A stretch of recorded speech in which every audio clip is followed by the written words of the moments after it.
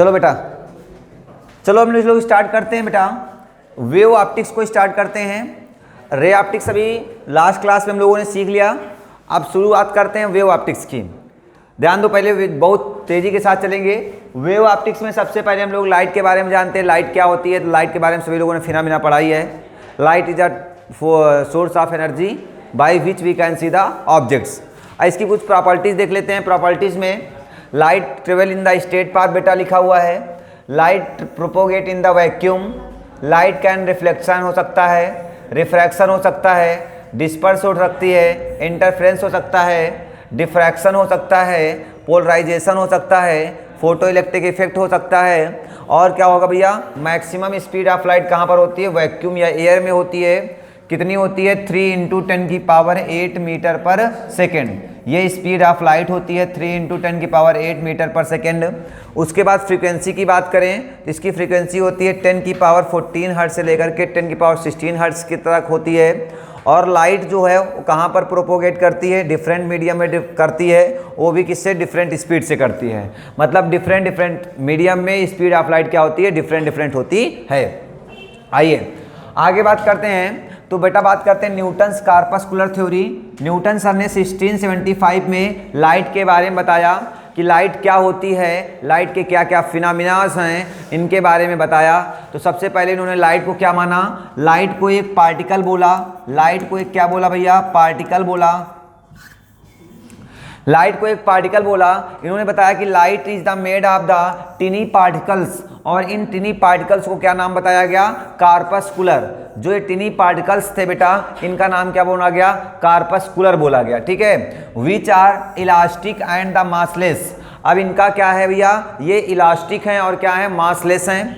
अगला second point इसका बेटा देखो, it travel in the all direction with the speed of light. जो ये पार्टिकल्स हैं बेटा, ये पार्टिकल सेम स्पीड से, मतलब डिफरेंट मीडियम में इन पार्टिकल्स की जो स्पीड है वो क्या होती है? डिफरेंट होती है। और ऑल डायरेक्शन में क्या कर सकते हैं? ट्रेवल कर सकते हैं। अगला, it is different in the shape and size for different colours. Different colour के लिए क्या होते हैं? डिफरेंट इनका शेप एंड साइज होता है। किसका? पार्टिकल्स का। ठीक है। आगे बताया, speed of the corpuscular in the denser is greater than the speed of the light in the rarer. इन्होंने बताया बेटा कि डेंसर मीडियम में स्पीड ऑफ लाइट क्या होती है? मोर होती है और ग्रेटर होती है, और रेयरर मीडियम में क्या होती है? लेस होती है। लेकिन बाद में ये चल करके क्या हुई? इनकी बात गलत हो गई थी। चलिए कोई बात नहीं है, फिलहाल इन्होंने कुछ तो बताया। आगे चलते हैं। तो आगे उनकी थ्योरी क्या क्या एक्सप्लेन कर पाई बेटा? तो इन्होंने लाइट के रेक्टिलिनियर मतलब स्ट्रेट लाइन में पाथ ट्रेवल करती है। इन्होंने रिफ्लेक्शन दिखाया और रिफ्रैक्शन दिखाया। मतलब अपनी थ्योरी के बेसिस पर इन्होंने रिफ्लेक्शन और रिफ्रैक्शन के फिनोमेनास को क्या किया? सेटिस्फाई कराया। बट इनकी जो थ्योरी थी वो interference, diffraction, Young's double slit experiment को एक्सप्लेन नहीं कर पाई। बात समझ में आई? ठीक है। और इन्होंने क्या बताया था भैया कि डेंसर में स्पीड ऑफ लाइट क्या होती बेटा? मोर होती है, और रेयरर में क्या होती है? लेस होती है। लेकिन बाद में एक साइंटिस्ट आते हैं, उनका नाम होता है फोकाल्ट। फोकाल्ट ने 1850 में बताया कि भैया रेयरर में क्या होती है? ज़्यादा होती है, और डेंसर में क्या होती है? कम होती है। बाद में ये बात क्या हुई? ट्रू कहलाई, और ये बात क्या हो गई? हमारी ट्रू थी। आई बात समझ में? ठीक है। उसके बाद जस्ट बाद 3 साल बाद एक साइंटिस्ट आते हैं जिनका नाम होता है हाइगेंस। उन्होंने 1675 में दिया। इन्होंने 1678 में अपनी एक थ्योरी दे दिया, और इनकी थ्योरी को हमने बोला क्या? Huygens wave theory. अब बेटा हाइगेंस वेव थ्योरी कहती थी कि लाइट एक क्या है? एक वेव है। लाइट एक क्या है? लाइट एक वेव है। और लाइट के एक वेव नेचर के बारे में इन्होंने बताया। इन्होंने क्या सजेशन दिया? इन्होंने सजेशन दिया कि light is a mechanical wave. Light कैसी वेव है? मैकेनिकल वेव है। और मैकेनिकल वेव दो तरीके से होती हैं, एक लॉन्गिट्यूडनल होती है और एक ट्रांसवर्स होती है। तो इन्होंने बताया कि कैसी वेव है? लॉन्गिट्यूडनल वेव है। मैकेनिकल वेव में कैसी वेव है? ये लॉन्गिट्यूडनल वेव है। और इन्होंने बताया भाई मैकेनिकल वेव को ट्रेवल होने के लिए मीडियम की ज़रूरत लगती है, तो इन्होंने बताया कि भाई मीडियम जो है, इन्होंने एक इमेजिनरी मीडियम लिया और उस मीडियम का नाम क्या बताया गया, ईथर बताया गया। और जो ईथर मीडियम था वो क्या था, हाईली इलास्टिक था और कैसा था, ट्रांसपेरेंट था। जो ईथर जो इमेजिनरी मीडियम इन्होंने कंसीडर किया, this medium was highly elastic and the transparent. ठीक है, चलिए। लेकिन बाद में एक साइंटिस्ट आए फ्रेजनल सर ने क्या कंक्लूड किया कि लाइट जो है कैसी वेव होती है, ट्रांसवर्स वेव होती है। किसने कहा था, एक साइंटिस्ट आए फ्रेजनल। एक्चुअली लाइट कैसी वेव होती है, ट्रांसवर्स वेव होती है। ठीक है, और it is cleared by the 1801 में एक साइंटिस्ट आए जिनका नाम हुआ था थॉमस यंग। थॉमस यंग ने अपना डबल स्लिट एक्सपेरिमेंट दिया और डबल स्लिट एक्सपेरिमेंट के बेसिस पर एक बात बताई गई कि लाइट क्या है, एक वेव है। लाइट एक वेव है कि लाइट एक पार्टिकल है। इसी पर लड़ाई चल रही थी, तो लड़ाई का सॉल्यूशन निकल आया किसके, यंग डबल स्लिट एक्सपेरिमेंट से। तो पता चला कि लाइट एक क्या है, एक वेव है। वेव ही नहीं है, बाद में आगे चल के फिर पता चलता है कि लाइट एक क्या है, पार्टिकल भी होती है। लाइट का डबल नेचर होता है। ठीक है, चलो। But it is cleared by the Maxwell electromagnetic wave theory. आपको EMW पढ़ाया था, EMW में इलेक्ट्रोमैग्नेटिक वेव थ्योरी बताई थी, मैक्सवेल के बस सर ने बताया था। ठीक है, चलिए आगे चलते बेटा। तो जो इनकी थ्योरी थी वो क्या क्या एक्सप्लेन कर पाई, तो इनकी थ्योरी जो है वो एक्सप्लेन कर पाई। रिफ्लेक्शन को एक्सप्लेन कर दिया इन्होंने, रिफ्रैक्शन कर दिया, इंटरफेरेंस कर दिया, रेक्टिलिनियर प्रोपोगेशन कर दिया, डिफ्रैक्शन कर दिया। बट इनकी जो थ्योरी थी पोलराइजेशन को एक्सप्लेन नहीं कर पाई, क्योंकि इन्होंने लाइट को क्या मान लिया था, लाइट को इन्होंने लॉन्गिट्यूडनल वेव माना था। सच्ची लाइट लॉन्गिट्यूडनल होकर के क्या होती है, ट्रांसवर्स होती है, ट्रांसवर्स वेव होती है। इसलिए इनका सारा सिस्टम क्या हो गया, गड़बड़ हो गया था। समझ में आ गई बातें। चले आगे चलते हैं बेटा हमारे पास। तो आगे चलते हैं तो हमारे पास आता है वेव फ्रंट क्या होता है। अगर हम वेव फ्रंट की बात करें तो वेव फ्रंट क्या होता है, it is the locus of the points of the vibration in the same phase at any instant. Any instant मतलब किसी भी टाइम पर। जैसे ये मान लो पानी है हमारे पास, लिक्विड है, तो ये लिक्विड इस टाइम पर जो ये जो है ये क्या कहलाता है, हमारा वेव फ्रंट कहलाता है। क्या कहलाता है बच्चा, वेव फ्रंट कहलाता है। और इस टाइम पर सभी जो पार्टिकल्स होंगे वाटर के यहाँ पर, वो कहाँ पर होंगे, सेम वाइब्रेशन में। कहाँ पर भैया, सेम वाइब्रेशन में होते हैं। डिफिनीशन याद रखिएगा, डिफिनीशन पूछी जाती है आपसे, what is the wave front. Wave front याद रखिएगा क्या होता है। तो it is the locus of the points of vibrating in the same phase at any instant. ठीक है, चलिए आगे चलते हैं। तो हमारे पास टाइप्स ऑफ वेव फ्रंट की बात करें तो हमारे पास बेटा 3 टाइप्स ऑफ वेव फ्रंट होते हैं। एक होता हमारे पास कैसा होता है, स्पेरिकल वेव फ्रंट होता है। स्पेरिकल वेव फ्रंट किससे मिलकर बनते हैं, तो अगर हमारा सोर्स कैसा है भैया, पॉइंट सोर्स है। अगर सोर्स हमारा बेटा पॉइंट सोर्स है तो हमारे पास स्पेरिकल वेव फ्रंट बनता है। ये देखो मान लो पॉइंट सोर्स है, तो ये लाइट निकली, ये लाइट निकली, ये लाइटें निकल रही हैं और लाइट रे वेव निकल रही है, और इससे क्या बन रहा है, एक वेव फ्रंट बन रहा है। इस वेव फ्रंट को ही हम लोग क्या बोलते हैं, स्पेरिकल वेव फ्रंट बोलते हैं। इसी तरीके से सेकंड हमारा आता है सिलेंड्रिकल वेव फ्रंट। तो सिलेंड्रिकल वेव फ्रंट किससे बनते हैं, सिलेंड्रिकल वेव फ्रंट हमारा तब बनता है जब हमारा सोर्स कैसा होता है, लीनियर होता है, या फिर क्या होता है, स्ट्रेट लाइन सोर्स होता है, तब हमारे पास सिलेंड्रिकल वेव फ्रंट बनता है। ये देखिए हमारे पास एक कोई लाइट थी, सोर्स ऑफ लाइट थी, और इस सोर्स ऑफ लाइट से क्या हुआ हमारे पास, इस तरीके से कुछ हमारे पास क्या हो रहा है भैया, लाइट वेव निकल रही हैं और यहाँ पर वेव फ्रंट बनाए जा रहे हैं, और ये वेव फ्रंट हमारा कैसा है, तो सिलेंड्रिकल वेव फ्रंट है। अब उसके बाद बात करते हैं plane wave front. Plane wave front कुछ नहीं है, जब वही लीनियर वेव फ्रंट या फिर पॉइंट सोर्स बहुत दूर हो जाते हैं, बहुत डिस्टेंस पर हो जाते हैं, तो वो कैसा कहलाता है हमारे पास, प्लेन वेव फ्रंट कहलाता है। जरा डिफिनेशन देख लेते हैं। When the point source or the linear source is at a very large distance, the spherical or cylindrical wave front appears plane। वही सिलेंड्रिकल और वही स्पेरिकल वेव फ्रंट बनाने वाले जब बहुत डिस्टेंस पर हो जाते हैं तो उन्हें हम लोग क्या बोल देते हैं, उनको हम बोल देते हैं प्लेन वेव फ्रंट बोलते हैं। क्या बोलते हैं भैया, प्लेन वेव फ्रंट बोलते हैं। क्या बात क्लियर हो गई। चलिए आगे चलते हैं। तो हमारे पास क्या होता है, हाइगेन्स प्रिंसिपल ऑफ सेकेंडरी वेवलेट्स होता है बेटा। सेकेंडरी वेवलेट्स की थ्योरी इनकी क्या कहती थी, सेकेंडरी वेवलेट्स की थ्योरी कहती है कि भैया अगर मान लो किसी सोर्स से वेव निकली तो वेव निकलने के बाद क्या बनाती हैं, वेव फ्रंट बनाती हैं, और वेव फ्रंट जब बनता है तो वेव फ्रंट पर each and every point behave as a secondary source, behave as a secondary source. आई बात समझ में? तो ठीक है, वही बात बताया गया बेटा, बताया गया each point on the wave front behave a new source is called the secondary source and create a new wave front is called the secondary wave front। अब जब उस सोर्स, सेकेंडरी सोर्स से वेव निकलेगी आगे चल करके तो एक नया वेव फ्रंट क्रिएट करेगी, और उस वेव फ्रंट को हम लोग क्या बोलेंगे, सेकेंडरी वेव फ्रंट बोलते हैं। ठीक है, चलिए आगे चलते बेटा। तो the wave travels with the same speed of light from the secondary source, मतलब सेकेंडरी सोर्स से क्या होती है, जब लाइट निकलती है, इंसिडेंट होती है, तो वो उसी मीडियम, उसी स्पीड से निकलती है जो प्राइमरी सोर्स से निकली होती है। ठीक है, चलो आगे आगे बात करते हैं बेटा हम लोग। तो reflection of light, reflection of light by the Huygens principle, reflection of the light by the Huygens principle, ये भी आपका एक इंपॉर्टेंट टॉपिक है। Reflection of light by Huygens principle या refraction of light by Huygens principle. Huygens principle से reflection देख सकते हैं, या फिर हम लोग क्या देख सकते हैं बेटा, रिफ्रैक्शन भी देख सकते हैं। तो आइए देखते हैं। तो हमारे पास ये हमारे पास कोई एक बेटा क्या बना हुआ है, एक कोई प्लेन सरफेस बना हुआ है।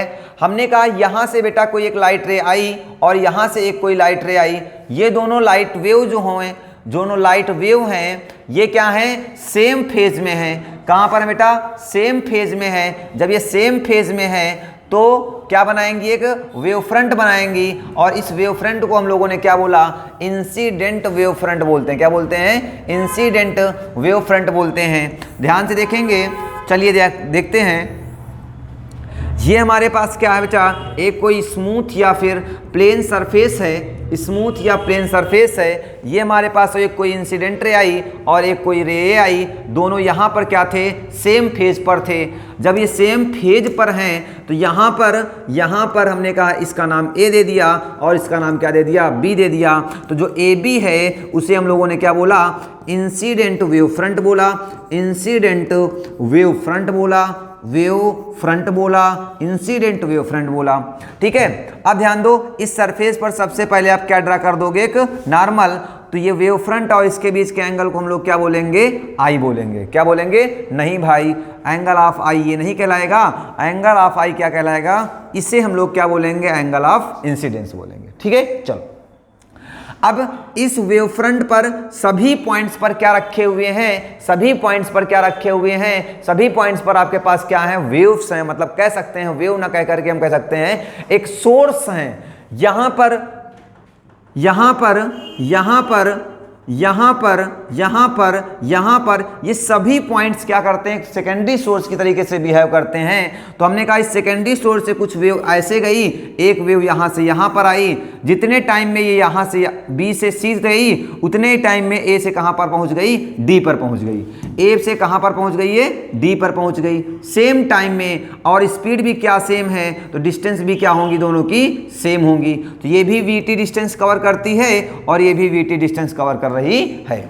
आई बात समझ में? चलो, तो ये हमारे पास क्या हो गई बेटा, डिस्टेंस हो गई। और यहां पर सबसे पहले हमने क्या ड्रा कर दिया, एक नॉर्मल ड्रा कर दिया, और ये रिफ्रैक्टेड रे हो जाएंगी, और इस एंगल को हम लोग क्या बोलेंगे, एंगल आर बोलेंगे। क्या बोलेंगे, एंगल आर बोलेंगे।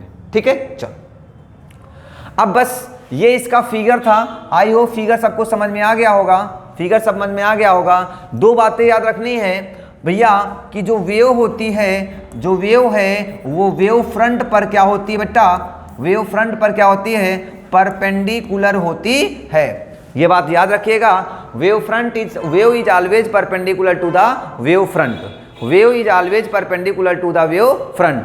क्लियर है सभी को ना? चलिए, wave front is always perpendicular to the wave is always perpendicular to the wave front and wave front is always perpendicular to the wave। दोनों एक ही बातें जैसी होती हैं। ठीक है, चलिए अब यहां पर देखो बेटा, जो CD है उस CD को हम लोग क्या बोल देंगे, CD हमारा पास क्या है, रिफ्रैक्टेड वेव फ्रंट होता है। कैसा वेव फ्रंट है, रिफ्रैक्टेड वेव फ्रंट होता है। ठीक है, चलिए आइए देखते बेटा, इसको थोड़ा सा जूम करके देखते हैं हम लोग, थोड़ा सा जूम करके थोड़ा सा एंगल को क्रिएट करेंगे। एंगल ध्यान देंगे सभी लोग, एंगल, ठीक है, ध्यान दो, हाँ ध्यान दो बेटा। ये हमारे पास क्या है, सरफेस है,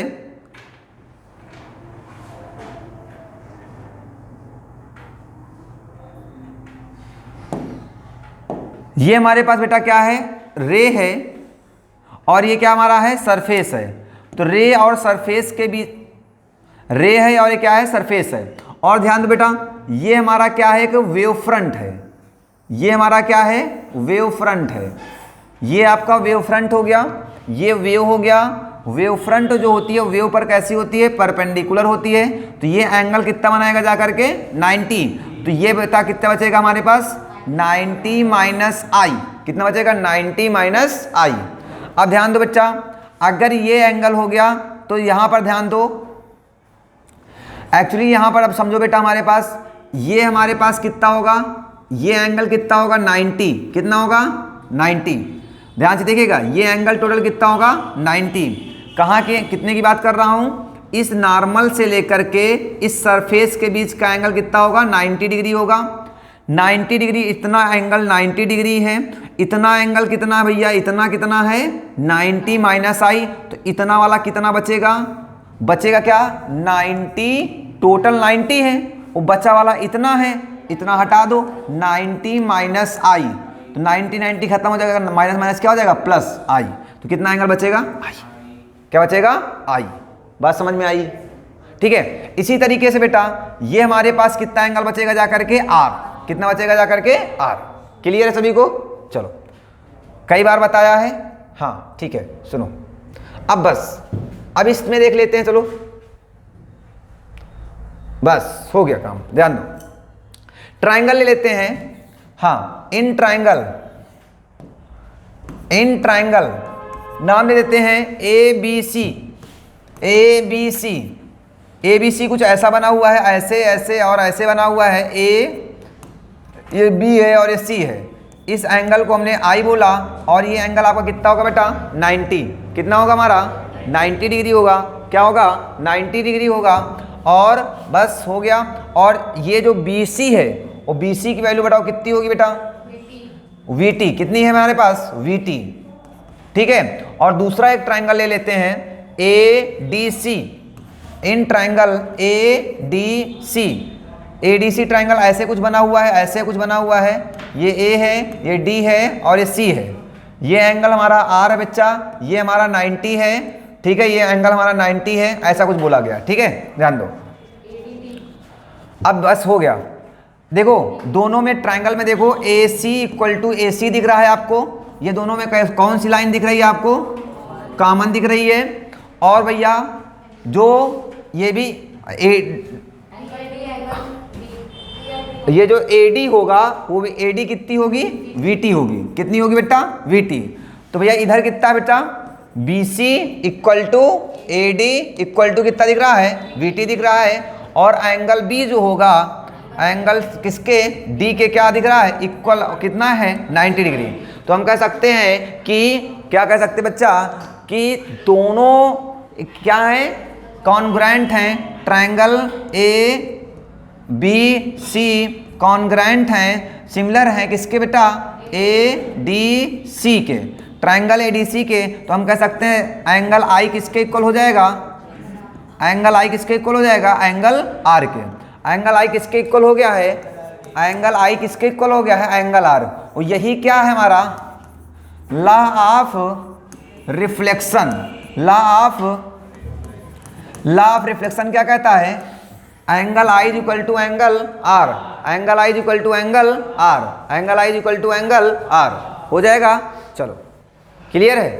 दूसरा लॉ क्या कहेंगे, incident ray, reflected ray and normal lies on a same plane हो जाएगा। चलो अगला ये लिखा हुआ भैया, incident ray, reflected ray and normal lies on a same plane, हो जाएगा। चलो क्लियर है। अगला refraction of light by Huygens principle. अब की क्या देखना बेटा, रिफ्रैक्शन देखना। क्या देखना है, रिफ्रैक्शन। तो देखो 2 मिनट में देख लेते हैं। ये हमारे पास क्या है, एक कोई मीडियम है, इधर का मीडियम हमारे पास कैसा है, रेयरर है, और इधर का मीडियम हमारे पास कैसा है, डेंसर है। अब सुनो बेटा, यहाँ पर हमारे पास मान लो इसका मीडियम है N1 और इसका मीडियम कितना है, N2 है। तो यहाँ पर एक हमारे पास कोई एक लाइट रे आई और एक लाइट रे आई, और यहाँ पर एक क्या बनाए, वेव फ्रंट बनाए। यहाँ पर एक क्या बन रहा है, वेव फ्रंट बन रहा है A, और एक क्या नाम क्या है हमारे पास, B है। AB एक क्या है, इंसिडेंट वेव फ्रंट है। इस सरफेस पर क्या ड्रा कर लिया आपने, नॉर्मल ड्रा कर लिया। क्या ड्रा कर लिया बच्चा, नॉर्मल ड्रा कर लिया। ये पॉइंट आपका A कहलाया, ठीक है। जब नॉर्मल ड्रा हो गया तो अब ध्यान से देखो, लाइट वन मीडियम से अनदर मीडियम में जाती है तो क्या होता है, रिफ्रैक्शन होता है। इस लाइट को जाना ऐसे चाहिए था, बट ये क्या होगी, टूवर्ड्स द नॉर्मल होगी। क्यों, क्योंकि रेयरर से कहाँ जा रही है, डेंसर में जा रही है। तो ये रेयरर से डेंसर में आ गई लाइट, तो यहाँ पर आकर के क्या कर गई है, इसको मीट कर गई। यहाँ से आकर के ये ऐसे आ गई।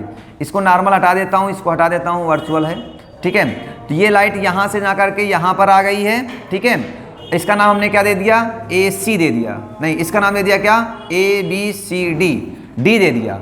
और यहाँ से लेकर के यहाँ तक उतने ही टाइम में आई। तो इसका मतलब इधर की वेलोसिटी कितनी हमारे पास, V1 है, इधर की वेलोसिटी कितनी है, V2। क्योंकि स्पीड ऑफ लाइट जो होती है डिफरेंट मीडियम में क्या होती है, डिफरेंट होती है। इधर की V1 होगी तो इधर कितनी होगी, V2 होगी। टाइम सेम है तो इधर कितना होगा, V1t, और इधर कितना हो जाएगा ये V2t, कितना हो जाएगा, V2t।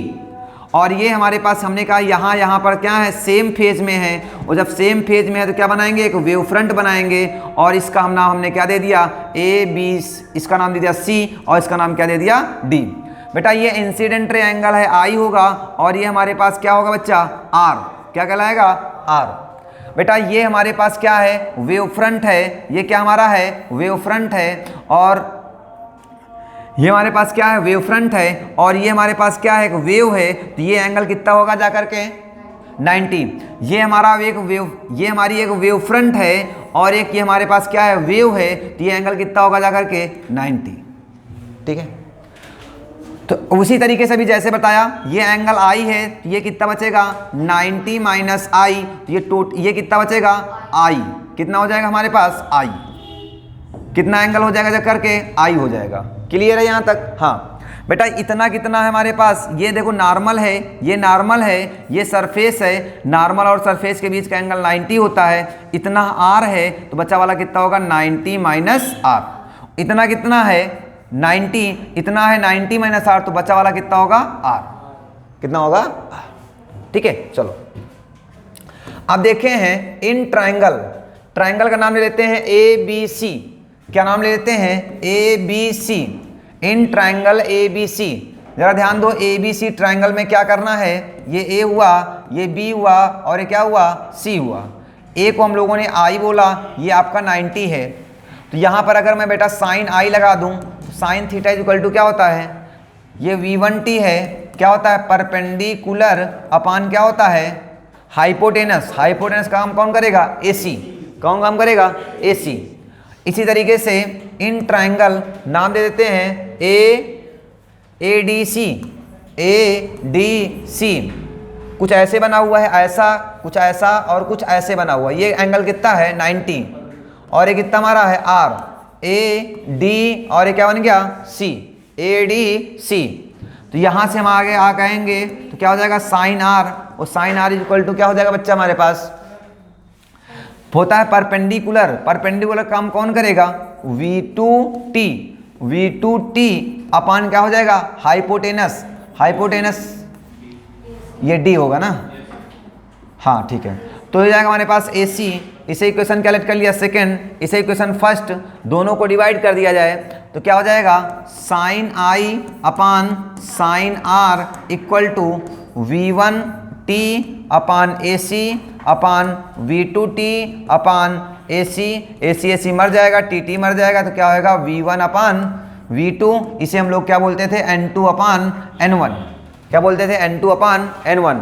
तो यही हमारे पास क्या आ गया, sine I upon sine are is equal to क्या आ गया है n2 अपान n1, तो इसे हम लोग क्या बोलते थे n। यही तो था स्नेल्स लॉ, यही तो था स्नेल्स लॉ। अगर आप ये प्रूव कर ले जा रहे हैं तो इसका मतलब आप एंगल रिफ्लेक्शन के लॉ को प्रूव कर दे रहे हैं। आ गई बात समझ में? क्लियर है सभी को? कोई डाउट है? नहीं ना? चले आगे, चलो अब बात करते हैं बेटा प्रिंसिपल ऑफ सुपरपोजिशन की। प्रिंसिपल ऑफ सुपरपोजिशन का मतलब है कई सारे वेव का क्या होता है सुपरपोजिशन, मतलब होता है मिलना ना, क्या होता है मीट करना या मिलना। तो यहां पर क्या होता है at a particular point in the medium of the resultant displacement y produces by number of the wave is the vector sum of the displacements. मतलब जो उनका रिजल्टेंट होता है वो क्या होता है बच्चा, वो वेक्टर सम होता है किसका, डिस्प्लेसमेंट्स का। किसका, डिस्प्लेसमेंट्स का। हमारे पास डिफरेंट वेव हैं, एक y1 है, ये हमारे पास क्या है y2 है, और एक क्या है हमारे पास y3 है। इन सब का जो रिजल्टेंट होगा वो क्या होगा y1 वेक्टर प्लस क्या होगा y2 वेक्टर प्लस क्या होगा y3 वेक्टर। क्यों? क्योंकि डिस्प्लेसमेंट हमारी कैसी क्वांटिटी है, वेक्टर क्वांटिटी। कैसी क्वांटिटी होती है, वेक्टर। और जबकि डिस्टेंस कैसी क्वांटिटी होती है, स्केलर। डिस्टेंस कैसी क्वांटिटी होती है, स्केलर। चले आगे, चलो हाँ इंटरफेरेंस की बात करते हैं। तो इंटरफेरेंस क्या होता है बेटा, इंटरफेरेंस कब होता है the phenomena of the maxima and minimum intensity is called the interference. Interference का मतलब क्या होता है, जब दो लाइट रेज क्या करती हैं, सुपरपोज करती हैं, मीट करती हैं। जब 2 और मोर देन 2 लाइट रेज क्या करती हैं, मीट करती हैं, सुपरपोज करती हैं, तो वहां पर क्या होता है, या तो ब्राइट बनता है या फिर क्या बनता है, डार्क बनता है। तो वहां पर दो तरीके से इंटरफेरेंस होता है, या तो कंस्ट्रक्टिव होगा या फिर क्या होता है बेटा, डिस्ट्रक्टिव। तो ध्यान से देखिएगा बेटा, when two light wave of the same frequency having the constant phase difference with respect to time travel in the same direction and the superpose with each other, then the intensity of the light of resultant does not remain uniform. Does not remain uniform का मतलब क्या है, वो variable होती है। वो variable का in sense क्या है, या तो वो मैक्सिमम होती है या फिर क्या होती है, मिनिमम होती है। ठीक है, तो ठीक है, this phenomena of the maxima and minima intensity is known as the intensity और इंटरफेरेंस ऑफ लाइट। क्लियर है? चलो एक वर्ड यहां पर बहुत याद रखिएगा, क्या, सेम फ्रीक्वेंसी या and having the constant phase difference. ये दो वर्ड याद रखिएगा, same frequency and the phase difference. Phase difference constant होना चाहिए। आई बात समझ में? चलिए आगे अब बात करते हैं बेटा हम लोग टाइप्स ऑफ द इंटरफेरेंस। तो टाइप्स ऑफ इंटरफेरेंस में आपको पढ़ाया कितने टाइप से होते हैं भैया, 2 टाइप से होते हैं। एक कंस्ट्रक्टिव इंटरफेरेंस होता है और एक क्या होता है, डिस्ट्रक्टिव इंटरफेरेंस होता है। कंस्ट्रक्टिव इंटरफेरेंस क्या होता है, जब हमारे पास इंटेंसिटी कैसी होती है, मैक्सिमा होती है। और डिस्ट्रक्टिव इंटरफेरेंस कब बनता है, जब इंटेंसिटी हमारी कैसी होती है, मिनिमम होती है। जब इंटेंसिटी मिनिमम होती है तो डिस्ट्रक्टिव इंटरफेरेंस बनता है। चलिए आगे चलते हैं, तो एक्सप्रेशन देखते हैं बेटा, 1 मिनट और देख लेते हैं जरा। कंस्ट्रक्टिव इंटरफेरेंस की बात करें तो कंस्ट्रक्टिव इंटरफेरेंस क्या, छोड़ो कंस्ट्रक्टिव इंटरफेरेंस की बात करते हैं हम लोग। हाँ, तो क्या लिखा हुआ है, expression for the resultant of intensity in the interference of the wave 2 waves. ये आपके सिलेबस में इसका डेरिवेशन नहीं है, बट आपके यहाँ केवल और क्या भैया, फार्मूला है। तो इसका फार्मूला क्या होता है, I is equal to I1 plus I2 plus 2 under root I1 into under root I2 cos phi. I1 I2 cos phi होता है जाकर के। ठीक है भैया, हमारे पास क्लियर है ना हमारे पास? ठीक है, इसी में एम्पलीट्यूड का फार्मूला क्या होता है, A is equal to under root A1 square होता बच्चा A1 square plus A2 square plus 2 A1 A2 cos phi. क्या होता है 2a1 a2 cos फाई होता है। इस फार्मूले को याद रखेंगे, इस फार्मूले को याद रखेंगे भैया। कंस्ट्रक्टिव इंटरफेरेंस के लिए ध्यान से देखो, कंस्ट्रक्टिव इंटरफेरेंस के लिए बहुत इंपॉर्टेंट है। कंस्ट्रक्टिव इंटरफेरेंस के लिए बेटा cos फाई की वैल्यू कैसी होनी चाहिए, मैक्सिमम होनी चाहिए। और cos फाई की वैल्यू मैक्सिमम कब होती है, जब फाई की वैल्यू बेटा कितनी होती है, इवन पाई होती है। कितना होता है, इवन पाई। इवन पाई का मतलब होता है 0, 2 पाई, 4 पाई, कितना 6 पाई, इस तरीके से होता है। या फाई इक्वल टू क्या होता है 2n पाई के फॉर्म में इसे लिखते हैं। और इसके बीच का जो पाथ डिफरेंस होना चाहिए वो कितना होना चाहिए बच्चा, lambda, 2 lambda, 3 lambda, 4 lambda, dot dot dot करके, यही से हम लोग क्या लिखते थे, एन लेमडा। क्या लिखते हैं, एन लेमडा। आई बात समझ में, ठीक है। चलिए उसके बाद हम लोग बेटा क्या बात करते हैं, डिस्ट्रक्टिव इंटरफेरेंस की बात करते हैं। तो डिस्ट्रक्टिव इंटरफेरेंस का क्या होता है, डिस्ट्रक्टिव इंटरफेरेंस के लिए क्या होता है, cos फाई कैसा होता है बच्चा, मिनिमम होता है। और cos फाई की मिनिमम वैल्यू कितनी होती है, -1 होती है। तो फाई की वैल्यू कितनी होनी चाहिए, 2n-1 इंटू क्या होती है, पाई। या इसे हम लोग क्या बोलते हैं, ऑड पाई। क्या बोलते हैं, ऑड पाई। ऑड का मतलब है n की वैल्यू यहाँ पर कितना लिख सकते हो आप, 1, 2, 3, 4 डॉट डॉट करके लिख सकते हैं, ठीक है। और डेल्टा x की वैल्यू कितनी होगी, lambda by 2, 3 lambda by 2, 5 lambda by 2, 7 lambda by 2। इस तरीके से कुछ क्या होती है, इवन नहीं हो करके क्या होती है, ऑड पाई होती है, ठीक है, ऑड पाई होती है, ठीक है। तो बात समझ में आ गई, ये अभी हमें आगे काम आएगी, ठीक है, कर लेंगे सभी लोग। चले चला जाए आगे, चलो आगे चलते बेटा। अब बात आती है सोर्स की, बात आती है कि सोर्स कितने टाइप से होते हैं। तो सोर्स हमारे पास बेटा 2 टाइप से होते हैं। एक हमारे पास कोहेरेंट सोर्स होता है और एक क्या होता है, इनकोहेरेंट सोर्स होता है। ये भी पूछा जाता है what is the coherent source and incoherent sources. तो कोहेरेंट सोर्सेज क्या होते हैं बेटा, जिनके बीच में फ्रीक्वेंसी क्या होती है, same wavelength and same frequency at the same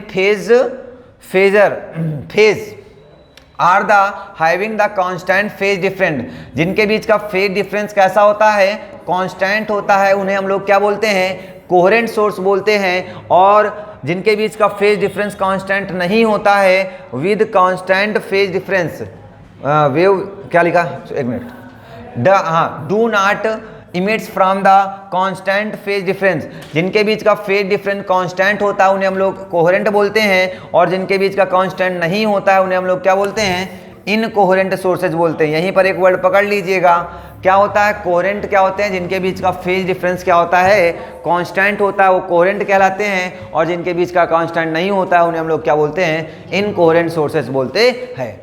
क्या यहाँ तक बातें समझ में आ गई होंगी बेटा। तो अगला टॉपिक क्या हमारे पास है, अगला टॉपिक क्या है, कंडीशंस फॉर द इंटरफेरेंस होगा शायद, हमें लगता है, हाँ वही है। तो क्या कह रहा है, 2 sources produces the interference must be coherent. इसका मतलब भैया कंडीशंस क्या है इंटरफेरेंस की, इंटरफेरेंस की कंडीशन है कि दोनों सोर्स कैसे होने चाहिए, कोहेरेंट सोर्स होना चाहिए। और दूसरी चीज क्या बेटा, interfering wave must have the same phase are the polarisation.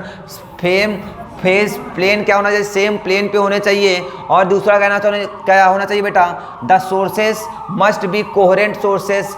Coherent का मोनोक्रोमैटिक का मतलब क्या होता है, सेम कलर। क्या होता है, सेम कलर की होने चाहिए। कैसे होने चाहिए भैया, सेम कलर के होने चाहिए। अदरवाइज क्या होगा भैया, otherwise the fringes of the different colours will be overlap. किसी की वेवलेंथ ज़्यादा होती है और किसी की क्या होती है, कम होगी, तो एक दूसरे को क्या कर जाएंगी, ओवरलैप कर जाएंगी। इसलिए क्या करते हैं, सेम फेज की या सेम मोनोक्रोमैटिक लाइट होनी चाहिए। आई बात समझ में, ठीक है। चलिए अगला क्या है, the 2 waves must having the same amplitude for the better contrast between the bright and the dark fringes. मतलब कहने का मतलब है, अगर उनका एम्पलीट्यूड भी सेम हो जाए, अगर सेम हो जाए तो उनके बीच में जो डार्क या ब्राइट फ्रिंजेस बनती हैं वो बहुत सुंदर सी बनती हैं। मतलब डार्क है तो खूब डार्क है और ब्राइट है तो क्या है, खूब ब्राइट है। आई बात समझ में, ठीक है। अगला कह रहा बेटा the two sources must be very close to each other and the pattern must be observe at the large distance of the have the sufficient width of the fringes. ठीक है, बात समझ में आई? अभी बात बताएंगे क्या लिखा हुआ है, लेमडा लिखा हुआ था। ठीक है, क्लियर है, समझ में बात जाइए। क्या कहने का मतलब, जो सोर्सेज होने चाहिए वो बहुत ही क्लोज होने चाहिए और जो स्क्रीन होनी चाहिए वो बहुत ही क्या होनी चाहिए, दूर लगी होनी चाहिए। ये आई बात समझ में? क्लियर हो गया सभी को? क्लियर है सभी को? चलें, चलो अगला टॉपिक हमारा बेटा क्या है? अगला टॉपिक है बहुत इंपॉर्टेंट है, YDSE। क्या भैया हमारे पास? Young's double slit experiment. क्या बेटा हमारे पास है? Young's double slit experiment. Young's double slit experiment क्या कहता है? कहता है कि भाई अगर भाई दो सोर्सेज से लाइट निकलेगी तो क्या होनी चाहिए, लाइट अगर स्ट्रेट पाथ में ट्रेवल करती है तो इसको यहाँ जाना चाहिए था, और लाइट को यहाँ से निकल करके सीधे जा करके यहाँ क्या होना चाहिए, बनाना चाहिए था, डार्क बनाना चाहिए, ओ ब्राइट बनाना चाहिए था। लेकिन आप देख रहे होगे बच्चा, जहाँ ब्राइट होना चाहिए था वहाँ पर क्या बना हुआ है, डार्क बना हुआ है। इसका मतलब लाइट क्या हुई होगी, डेफिनेटली कुछ ना कुछ क्या हुई होगी, बेंट हुई होगी। और बेंट होने के बाद ही क्या हुआ होगा, जहाँ पर डार्क होना चाहिए था वहाँ ब्राइट है, और जहाँ ब्राइट होना चाहिए था वहाँ क्या है, डार्क रहता है। इसका मतलब ये प्रूफ होकर के आया कि जो लाइट है, लाइट एक कैसा क्या है भैया, एक वेव है। किसने बताया था? हाइगे ओ यंग्स ने बताया था। कब भैया बताया था? 1801 में बताया था। चलिए आगे चलो, अब इसका तो कुछ डेरिवेशन देख लेते हैं। हमने कहा बेटा हमारे पास दो सोर्सेस हैं, एक S1 है और एक S2 है। यहाँ से एक वेव ऐसे निकली, एक वेव यहाँ से ऐसे निकली, निकल गई भैया, ठीक है, कोई दिक्कत नहीं है। तो अब यहाँ पर ये स्लिट S1 है और S2 है। स्लिट का मतलब है दो होल्स हैं, बहुत ही मैनुअल, बहुत छोटे छोटे होल्स हैं। S1 और S2 क्या हमारे पास दो होल्स हैं बेटा, और ये होल्स जो है ना, ये जो होल्स हैं ये बहुत ही क्लोज भी हैं एक दूसरे के, दोनों क्लोज हैं, और इनके बीच की डिस्टेंस कितनी है, D है। और ये स्लिट्स हैं और ये हमारी स्क्रीन है। स्लिट और स्क्रीन के बीच की डिस्टेंस हमारे पास क्या हमारे पास है, कैपिटल D है। कैपिटल D क्या है, the distance between the slits हैं। The distance between the slits नहीं है, distance between the slit and the screen, slit and the screen. ठीक है, समझ में आई बातें? अच्छा ठीक है बेटा।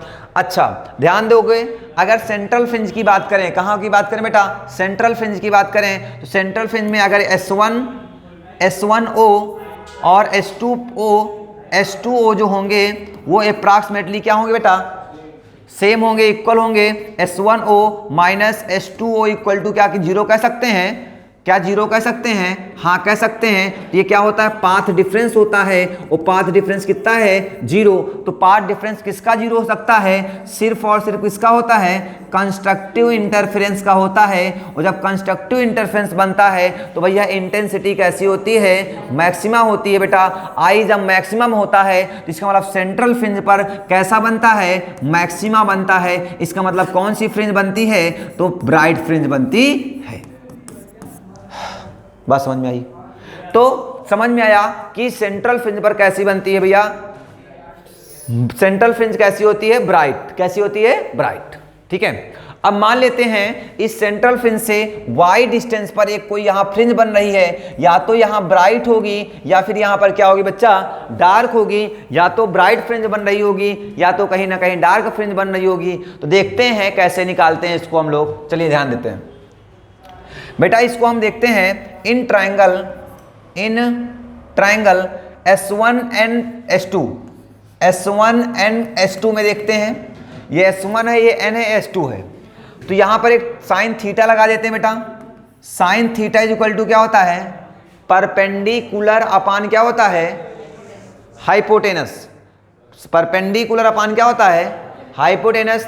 तो एंगल के ठीक सामने वाली साइड क्या कहलाती है, परपेंडिकुलर। क्या कहलाती है, परपेंडिकुलर। परपेंडिकुलर की वैल्यू कितनी है, डेल्टा x अपान इसके ठीक सामने वाली साइड क्या कहलाएगी, हाइपोटेनस। हाइपोटेनस S1 S2 है, S1 S2 की वैल्यू कितनी है, d, स्मॉल d है। क्या यहां तक बात समझ में आ गई है? तो sine theta is equal to क्या आ गया बेटा, डेल्टा x अपान क्या बन गया है, d बन गया। Sine theta is equal to delta X upon क्या बन गया है, स्मॉल डी। और फिर बेटा हम लोगों ने इन ट्राइंगल नाम ले लेते हैं, बड़ा वाला ले लेते हैं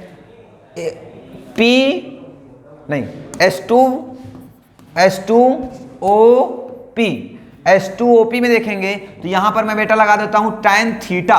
तो tan theta is equal to क्या होता है, परपेंडिकुलर। क्या होता है बेटा, परपेंडिकुलर। परपेंडिकुलर कितना हमारा है, y अपान क्या होता है, बेस। और बेस का काम कौन कर रहा है, d। कौन काम कर रहा है, d काम कर रहा है। ठीक है, अब यहां पर बात करेंगे बेटा, थीटा इज क्या है बच्चा, वेरी स्मॉल एंगल। तो भैया साइन थीटा किसके इक्वल हो जाएगा बेटा, थीटा के। और tan थीटा किसके इक्वल हो जाएगा, ये भी थीटा के इक्वल हो जाएगा। ये भी थीटा है और ये भी किसके इक्वल है, थीटा के इक्वल है। तो क्या मैं दोनों को इक्वल कह सकता हूं क्या, तो कह सकता हूं बेटा क्या, delta x by small d is equal to क्या हो सकता है, y बाई डी। बात समझ में आ गई है। तो यहां पे y इज इक्वल टू कितना निकल के आएगा बच्चा, delta X capital D upon क्या बन जाएगा, स्मॉल डी। ये फार्मूला निकल के आता है, y is equal to delta X capital D upon क्या बन जाएगा, स्मॉल डी। क्लियर है, क्लियर है। चलें आगे, चलो। अब बेटा y इज इक्वल टू क्या आ गया हमारे पास, y इज इक्वल टू आ गया है delta, y is equal to आ गया है डेल्टा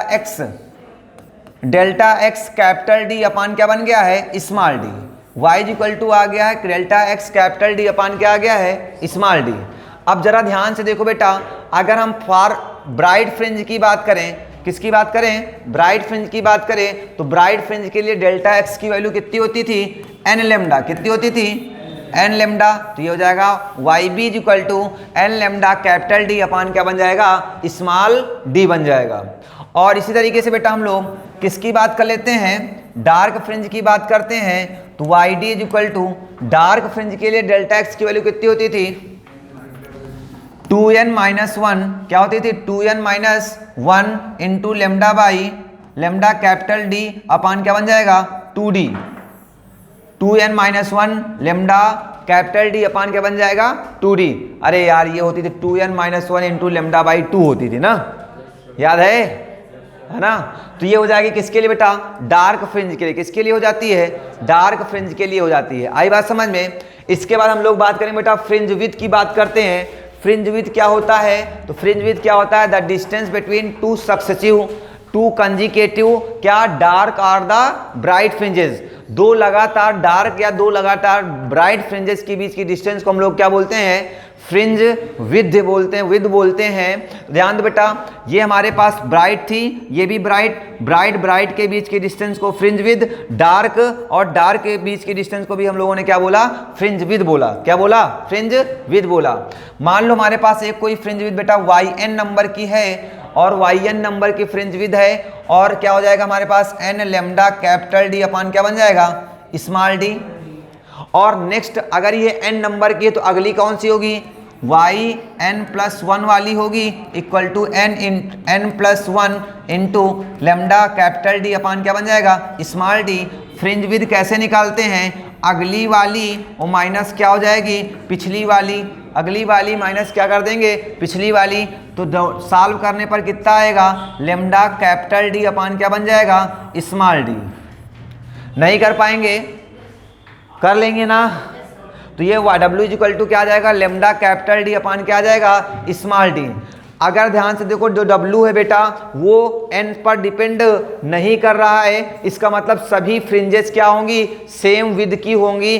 जो फ्रिंज विड्थ होगी वो सबकी क्या होगी, सेम होगी। आई बात समझ में। वो चाहे डार्क फ्रिंज के लिए हो चाहे ब्राइट फ्रिंज के लिए हो, फ्रिंज विड्थ चाहे वो डार्क के लिए हो चाहे ब्राइट के लिए हो, वो कितना होगा, लेमडा कैपिटल डी अपान क्या बनेगा जा करके, स्मॉल डी ही बनता है जा करके। आई बात समझ में, क्लियर हो गया। चलो आगे चलते हैं। हमारे पास क्या मिलता है बेटा, एंगुलर फ्रिंज विड्थ। क्या मिलती है हमारे पास है, angular fringe width. Angular fringe width का मतलब क्या हमारे पास है, अभी बताया था थीटा इज इक्वल टू क्या पढ़ाया था बेटा, y बाई क्या पढ़ाया था, d। Theta is equal to क्या पढ़ाया था, y by d। Theta is equal to क्या पढ़ाया था, y बाई d। अच्छा y अगर मैं ब्राइट के लिए बात करूं तो अगर ये n नंबर की होगी तो yn की वैल्यू कितनी होगी, n लेमडा कैपिटल D अपान स्मॉल d। ये किसकी वैल्यू होती थी, ब्राइट के लिए होती थी। अपान क्या हो जाएगा, capital D capital D capital D, मर जाएगा बेटा, theta n is equal to n lambda upon क्या बन जाएगा, d। अगर ये n नंबर की है तो अगली वाली कौन सी होगी, n+1 की होगी बच्चा। तो n+1 into lambda capital D lambda upon D हो जाएगा।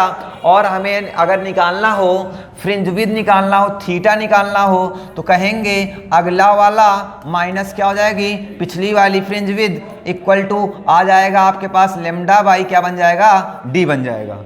ये भी देखो जो n से क्या है वो फ्री है, n पर डिपेंड नहीं कर रही है, इसका मतलब सभी की फ्रिंज विड्थ क्या होंगी, सेम होती है। क्या यहाँ तक बात समझ में आ गई होगी सबको, क्लियर है, समझ में आ गई। तो अब इसके बाद हम लोग बात करेंगे किस पर भैया, बात करेंगे कुछ PYQ पर बात करेंगे। तो आइए कुछ बात करते हैं PYQ पर। देखो कुछ क्वेश्चन देखते हैं बेटा हम लोग। तो सबसे पहला क्वेश्चन ध्यान दो, ये 1 मार्क्स क्वेश्चन है और थोड़ा सा जूम कर देता हूं बढ़िया से दिखे। ध्यान दो, पहला क्वेश्चन कह रहा है right the condition for the path difference under which constructive and second बोला गया destructive interference occur in the YDSE। कर लेंगे, कंस्ट्रक्टिव इंटरफ्रेंस के लिए क्या होता है, डिस्ट्रक्टिव इंटरफ्रेंस के लिए क्या होता था, path difference delta x is equal to क्या होता था भैया हमारे पास, ये वाली लाइट बंद करो, delta x is equal to क्या होता था बच्चा, n lambda. Delta x is equal to किसके लिए, कंस्ट्रक्टिव इंटरफ्रेंस के लिए होता था। और अगर मैं बात करूं डिस्ट्रक्टिव इंटरफ्रेंस के लिए, तो डिस्ट्रक्टिव इंटरफ्रेंस के लिए होता था 2n-1 इंटू लेमडा बाई 2। ये कंस्ट्रक्टिव इंटरफ्रेंस के लिए था और किसके लिए था, डिस्ट्रक्टिव इंटरफ्रेंस के लिए। तो चलिए ठीक बेटा, समझ में आ गया सभी को। चलिए क्वेश्चन नंबर 2 ध्यान दो, क्वेश्चन नंबर 2 ध्यान दो बेटा सभी लोग। क्या कह रहा है क्वेश्चन नंबर 2 में, क्वेश्चन नंबर 2 में क्या कह रहा है, देखो कह रहा है कि for a single slit of width of the first maxima of the interference pattern of a monochromatic light of wavelength lambda occur at the at the angle of the lambda by a at same angle of lambda by at same angle of lambda by a, we get the maximum for the two narrow slits is separated by the distance a। explain का मतलब क्या, कहने का मतलब है ये आपको diffraction को बताना है। क्या बताना है, डिफ्रैक्शन के बारे में बताना है। तो इसके याद करिए, तो इसमें sine theta is equal to formula होगा बेटा lambda by a. Lambda by क्या हो जाएगा, ए, या जब थीटा बहुत ही स्मॉल एंगल होगा तो थीटा इज इक्वल टू हो जाएगा लेमडा बाई ए। ये एक्सप्लेन करना था। सिंगल स्लिट एक्सपेरिमेंट ऐसे बना लेंगे, ऐसे जिस तरह डिफ्रैक्शन होता था उसी तरीके से, केवल इसको हमने ए बोल दिया। क्या बोल दिया था, ए बोल दिया था। ठीक है, चलिए कर लेंगे। ठीक है, आगे चलेंगे। क्वेश्चन नंबर 3 ध्यान दो बेटा। क्वेश्चन नंबर 3 में क्या कह रहा है, क्वेश्चन नंबर 3 में कह रहा है कि define the term of the coherent sources which are required to the produce interference pattern in the Young's double slit experiment।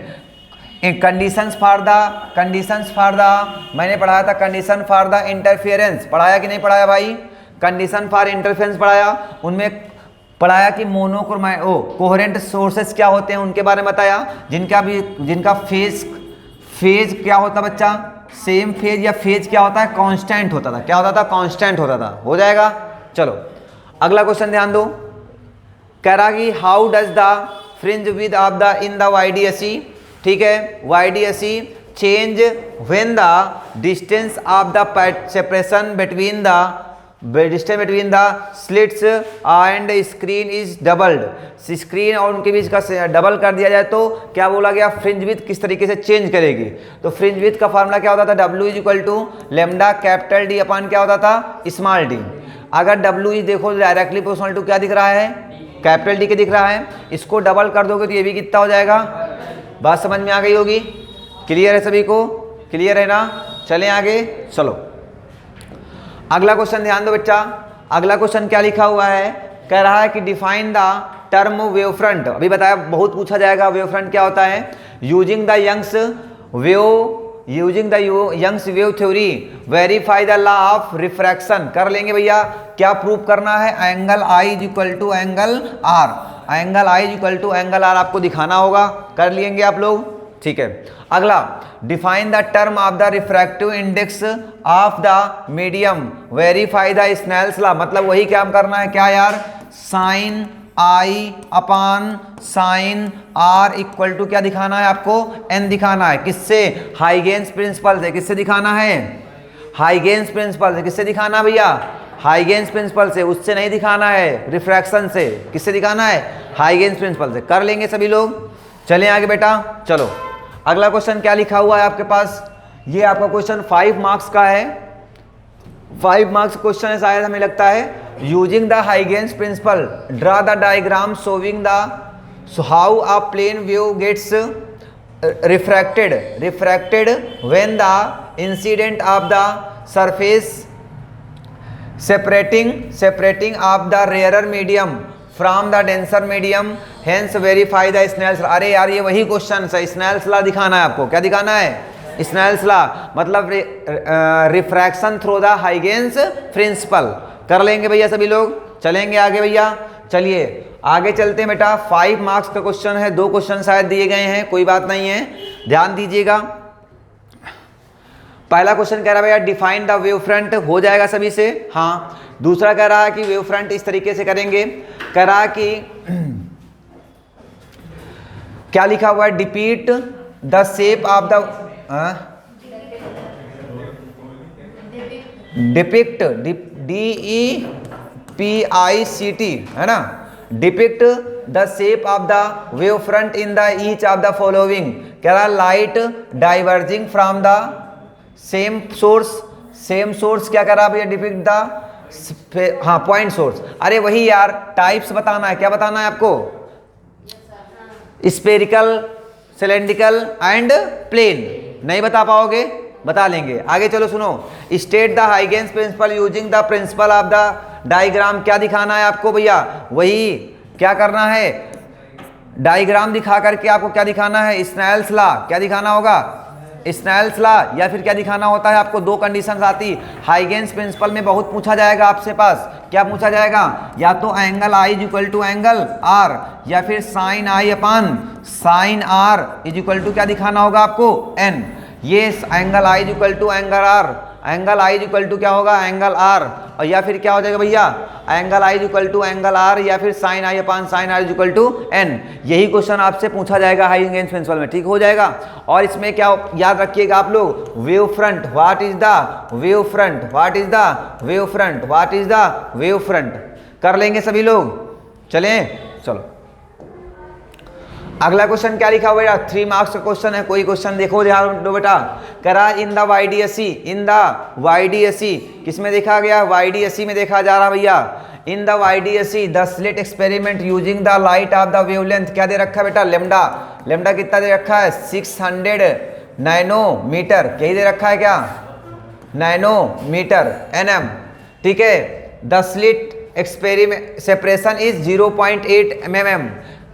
Slit separation मतलब स्मॉल डी दे रखा है 0.8 mm। कितना दे रखा है, 0.8 mm। And the screen is kept मतलब capital D दे रखा है 1.6 मीटर। कर लेंगे। From the plane of the this calculate the fringe width. नहीं निकाल पाएंगे, निकाल लेंगे भैया। फ्रिंज विड्थ का फार्मूला क्या होता था, N lambda capital D upon क्या होता था, स्मॉल डी। अगर एन नहीं दिया गया तो कितना हो जाएगा, 1 हो जाएगा। कोई दिक्कत नहीं है ना, हो जाएगा पक्का ना। चाहे वो डार्क फ्रिंज के लिए हो, चाहे किसके लिए हो भैया, ब्राइट के लिए हो, सबके लिए फ्रिंज विड्थ क्या होती थी, सेम। भैया 5th के लिए बोला गया तो n इक्वल टू क्या लिख दोगे, 5th। नहीं कर पाओगे क्या, बोलोगे, कर लेंगे ना। चलो बात समझ में आ गई भैया। तो आज के लिए इतना ही रखते हैं, है ना। और ये रे ऑप्टिक्स आपका कंप्लीट हो गया है। इस पे आप लोग देख लेंगे, जो भी डाउट्स हैं वो हमें बताएंगे, हम उसको सॉल्व करेंगे, ठीक है। चलिए।